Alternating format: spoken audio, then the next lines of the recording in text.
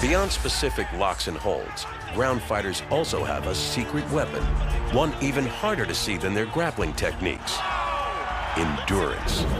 We train specifically for endurance. We train specifically to be able to punch you just as hard in the first round and the last round of a fight. A normal round of boxing lasts 3 minutes, but each UFC round lasts 5 minutes. Championship fights are 5 rounds and rarely feature stretches of inactivity. Endurance often decides the match. While the MMA fighter faces his adversary, his body is fighting another opponent, one attacking from the inside out. During intense activity, the body accumulates potassium, chlorides, and a chemical called lactic acid. At low exercise levels, lactic acid can be good for muscle activity. But at high levels of strain, it builds up faster than muscle tissue can handle. The result? That familiar muscle burning sensation.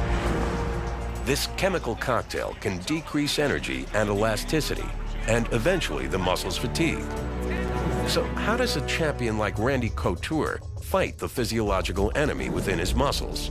This test will measure Randy's lactic acid level before and after strenuous activity. After every minute of grappling, researchers will use an electronic blood test to instantly determine the level of lactic acid in his muscles. First thing we're going to do is we're going to measure your lactic acid levels prior to doing anything. Don't look, Dean. They're going to take blood. We don't want you to pass out. 5.2. Ready? Go! This test really measures mind over body. Scientists wonder how Randy's body will control lactic acid buildup and maintain constant pressure on the lock. Or just looking at his muscle activity, it's extremely constant. Approximately about 100 pounds in that specific portion of Randy's forearm. And you can see he's pouring it on with the biceps. He's continually pulling hard. Randy applies constant pressure on his opponent's neck, between 45 and 50 kilograms. Muscle activity there, this is perfect. And he keeps it up for a full minute. A minute may not sound like much, but if you try to do anything and flex your muscles as hard as you can or pull or push something for any more than about 10 seconds, your average person is going to become very fatigued very quickly.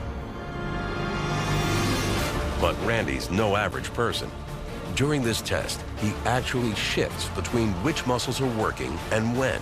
Many times during the hold, Randy's body minutely transfers the strain from one set of muscle fibers to another, preventing muscular failure and maintaining the neck lock.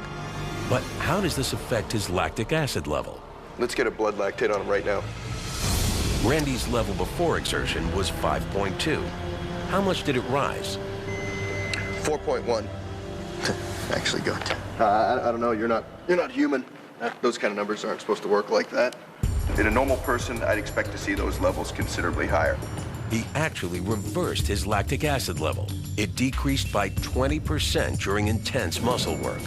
Is it possible that his relaxation technique and his body's ability to time muscle firing actually reduces muscle fatigue? Or is there another unique body chemistry at work? That's the mark of an elite athlete.